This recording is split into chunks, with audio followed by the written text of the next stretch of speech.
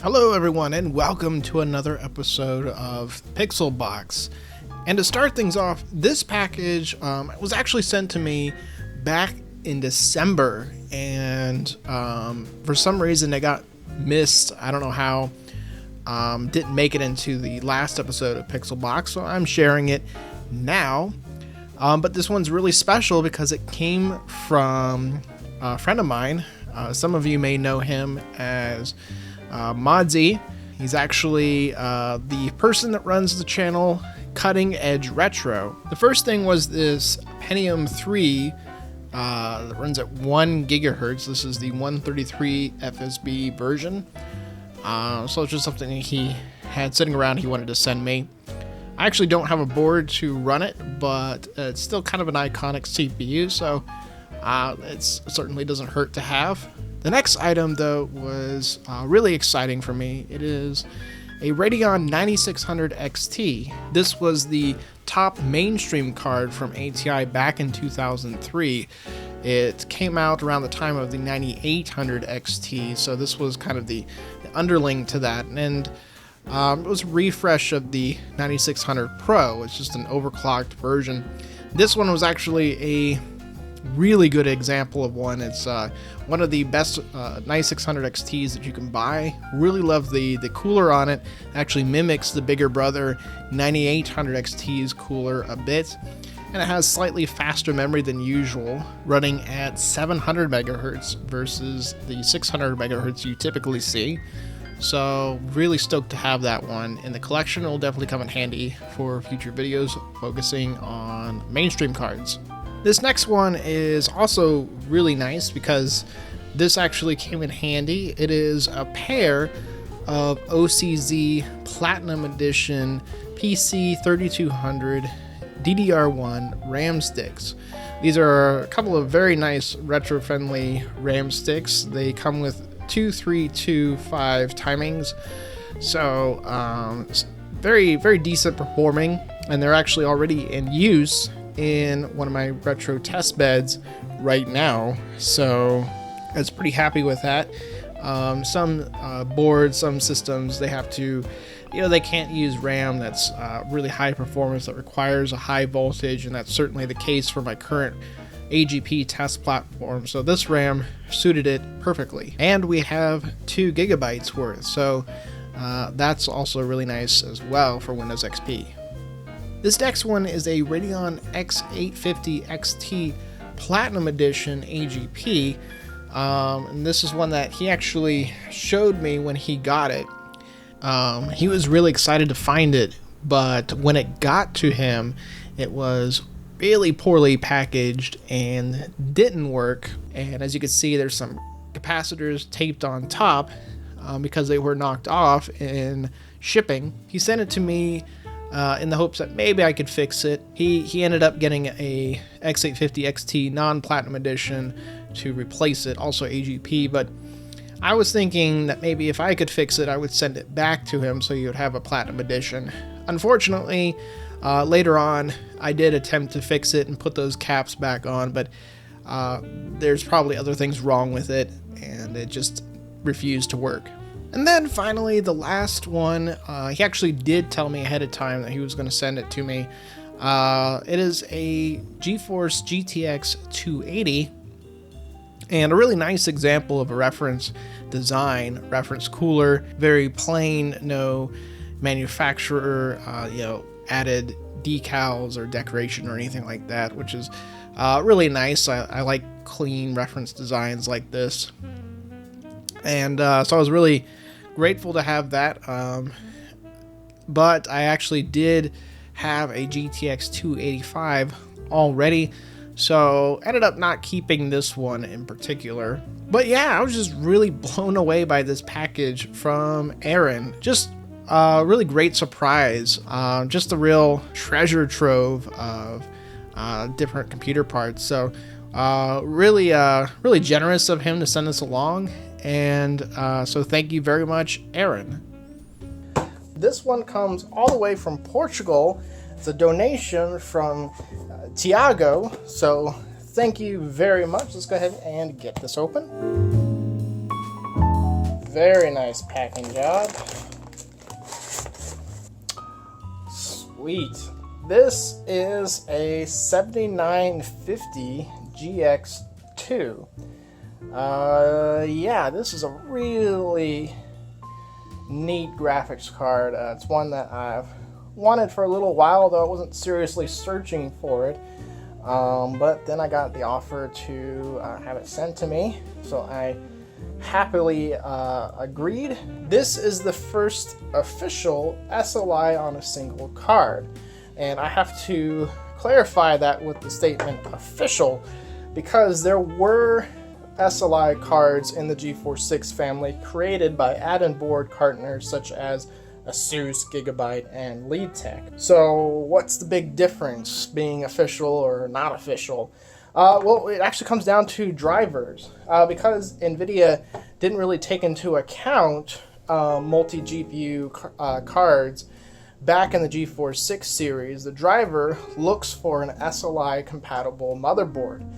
And if you don't have an SLI compatible motherboard, well, you can't run any of those dual 6600 GT or dual 6800 GT cards, which in a lot of ways kind of defeats the purpose, right?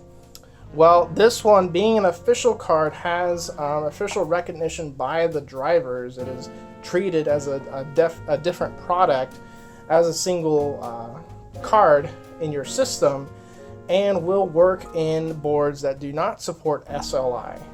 It's also important to note that because this is an official SLI on a single card, it gets the added perk of having an SLI connector on there, so you can double these up.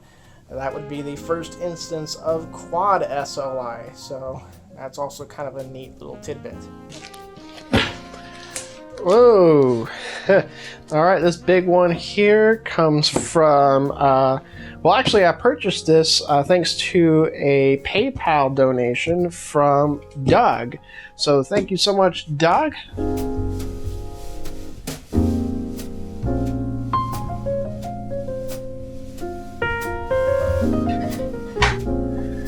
Alright, finally got it out of the packaging. This is a really interesting and special board. Right off the bat, the astute observers among you may notice a combination of two odd things. This is obviously a 775 cooler. It's got the push pins here and back here, and also has an AGP 8X slot. So automatically this is a fairly uncommon board. This is an ASRock Conroe 865PE. And yeah, basically the model number tells you everything that you need to know about this board. It is a board based on the old Intel 865PE chipset, but with support for Conroe. And you know, ASRock released a number of boards similar to this. You know, and of course one of the more popular examples of that would be this one here, which is one that I have as well. This is obviously the 775i65G, or at least the box for it, revision 3.0. I currently have this installed in my test system right now. This was a very late release board. It's based on the 865G chipset, so same family as this board here, but this includes onboard graphics and was, I believe this was made all the way up till 2011, and up until just last year, Newegg was still selling these brand new for about $50. So I managed to snatch one up before they went out of stock finally. But they did kind of take off in popularity among retro enthusiasts for good reason. It's pretty convenient to have a cheap board that can support Core 2 generation processors with AGP. But this board predates that one. This one dates back to, I believe, 2006 is when this came out, at least according to the dates on the BIOS revisions on ASRock's website. Kind of interesting, this thing is bolted to a motherboard tray already. It looks suspiciously very similar to the one in my case. So that would be crazy if this thing were actually compatible with my case, but that's probably very unlikely. Actually, I have no idea what processor is already installed on here, but this is a very sought after board just because, you know, this is one of the very few to have a full ATX layout. Another popular one being the ASRock 4-core dual SATA 2. But of course, those boards are typically very expensive on eBay, but it does have the added advantage of supporting both DDR2 and DDR1. This only supports DDR1 because it is using a chipset from 2003. However, I'm kind of curious to see how this performs and how it overclocks compared to the 775 i65G that I already have. One of the reasons being that the i65G board has a disclaimer on ASRock's website saying it needs a very particular type of memory when using an AGP graphics card and a 1066 megahertz frontside bus CPU. So it needs to have DDR400 with a cache latency of 2.5 is what it specifies, and it also says that in the manual. This board has no such specification, it has no disclaimer like that on either the ASRock website or the manual, so I'm wondering if it's a little bit more flexible in terms of the memory controller on the chipset. One of the most frustrating things about this board is that if you put a processor in there with a 1066 megahertz frontside bus, it will lock the memory divider to very drastic 3:2 divider, and you can't change that. So it's locked to that setting. It actually runs the memory below DDR400 at that setting. And in order to get it back to DDR400, you have to overclock the FSB of the CPU all the way to 300 megahertz, which not every CPU is able to do, or the board for that matter. So that's very, very limiting. I'm curious to see what happens if I put a 1066 megahertz FSB CPU in here, like say the Q6600, because this does support Kentsfield as well, according to the website, not just Conroe.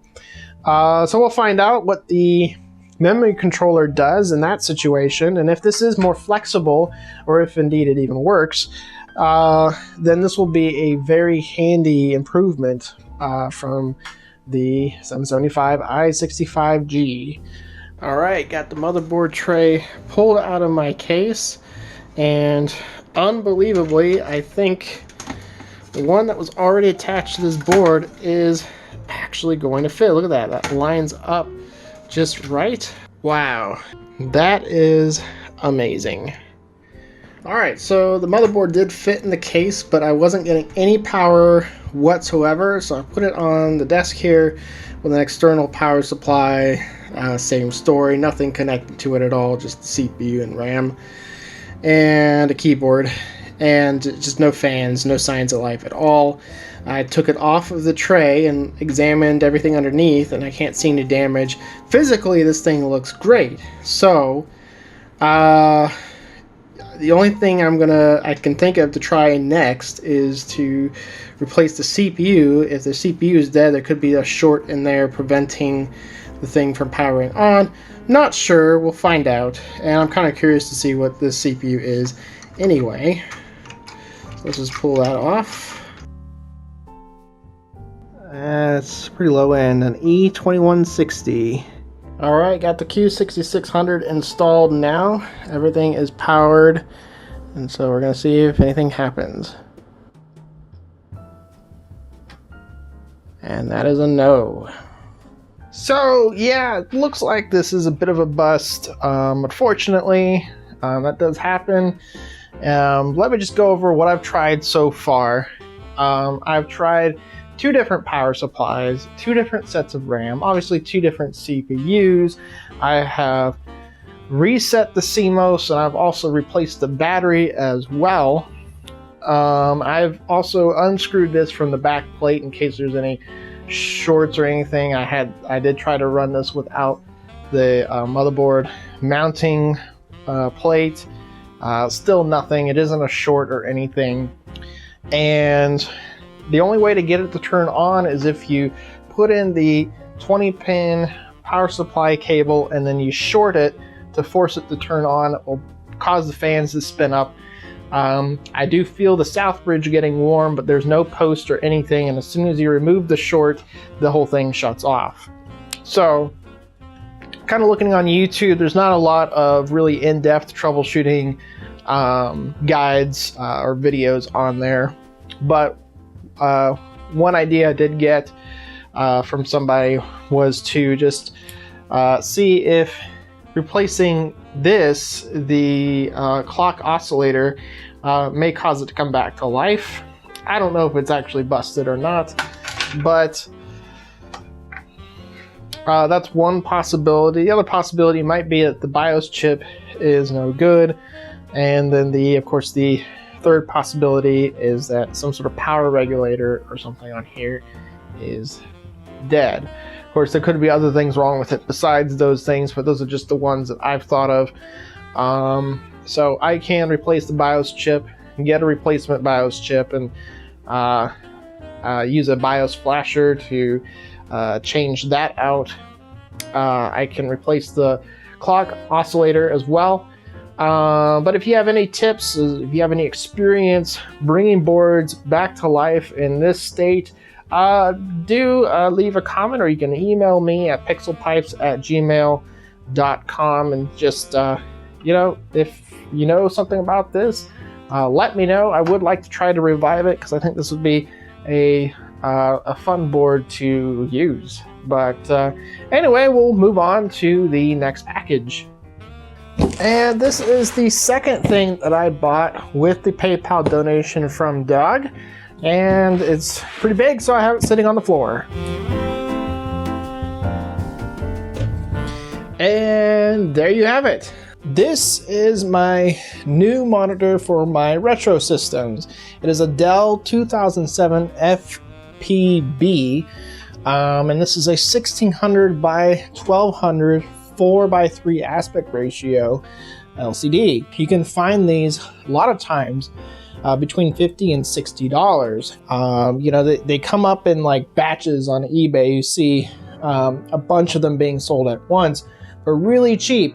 So definitely, if you see them being sold for like $100 or something, don't pay that. Just wait for another batch to get posted on eBay, and you can get one of these for pretty cheap.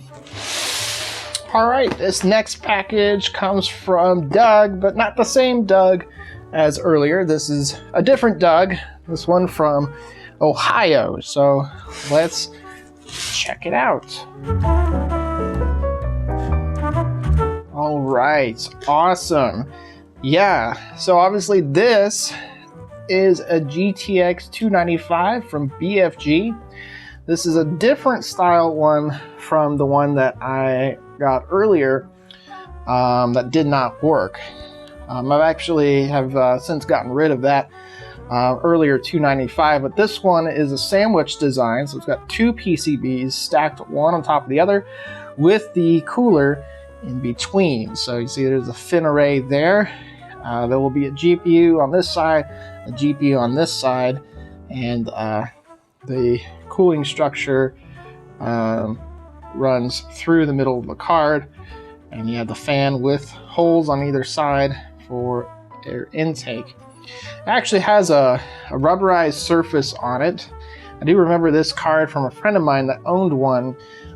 This was a really impressive card because it could run Crysis Warhead at, I believe it was 1680 by 1050, maxed out at 40 frames per second with anti-aliasing. That was one of those wow moments in the graphics card history, at least for us anyway. And he did have this style, the sandwich style. So this is a little bit more, I think it's a little neater, at least personally, than the single PCB version. Really happy to have that. And there's more. Okay, this funky looking card is a 7900 GX2, or 7950 GX2, sorry, the more common one. So This is obviously, it's got a big extension on the back here. This is pretty common for OEM cards to have things like this to brace it while it's inside the case, because a lot of those systems do have to ship through the mail, but it is removable. And again, this is a working card. I did already receive one of these, and that did not work, which I think actually will be featured in this same video. So yeah, the other one, as I found out, had a cap missing on the top. That's probably why it wasn't working, but this one does supposedly. So 2 dual GPU cards in this lot. Thank you very much, Doug. These will come in very handy in the future. All right, this next package is pretty special. This comes from a fan of the channel by the name of Martin. And, let me just open it and then I'll explain.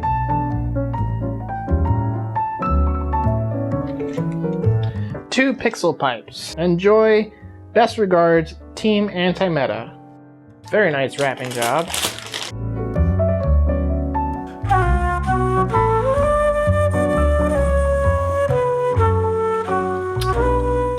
Wow. This is a GeForce FX 5950 Ultra. This was the last GeForce FX flagship released by Nvidia, a refresh card, and also the last one that I needed. I didn't have this one, so now I have all GeForce FX Ultra cards: 5200 Ultra, 5600 Ultra, 58, 59, and now the 5950. Pretty rad. This card came out in October of 2003 after ATI had already launched their Radeon 9800 XT. Both cards were kind of a last-ditch effort to get a little bit more performance out of their initial DirectX 9 architectures. And this card boosts the performance from the 5900 Ultra just by a little bit. Yeah, this is actually a pretty valuable card nowadays. This is an extremely generous donation. So the story goes, Martin tried to sell this on eBay. Wasn't quite getting the value that he thought it was worth. He wouldn't be able to recover his money on it. And so instead of selling it at a loss, he decided to message me and ask if I would like to take it. And of course, eagerly, I said yes. And this card is in fantastic shape. He took really good care of it, and obviously he packaged it extremely well. You could tell purple was definitely his color, and I think maybe that has something to do with his anti-meta handle. He asked me to kind of explain that a little bit, and so I think that would be totally reasonable to do given what he has offered me here.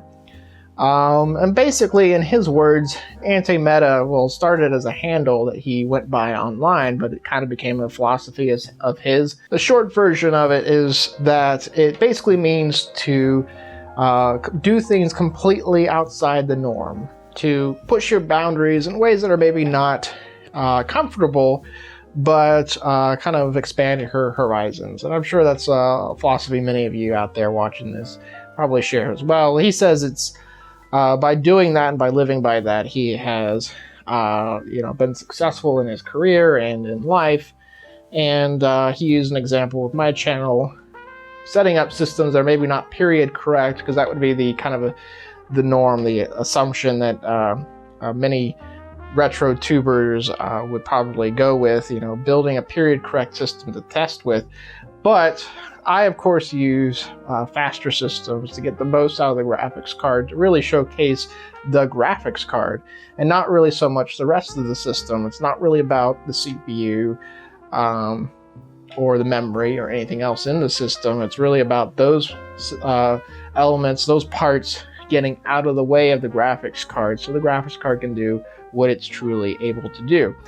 And, that's certainly true, but there's other ways, of course, to apply that philosophy. And it's just it's a nice idea. I'm happy to kind of spread the word on that on his behalf. And just for fun, here's a gratuitous shot with all FX series flagships together at once. Quite a glorious sight. So yeah, thanks again so much to Martin for sending this card along, and for doing such a great job packing it as well. I can't thank you enough for that, and this will definitely be going to good use here at PixelPipes.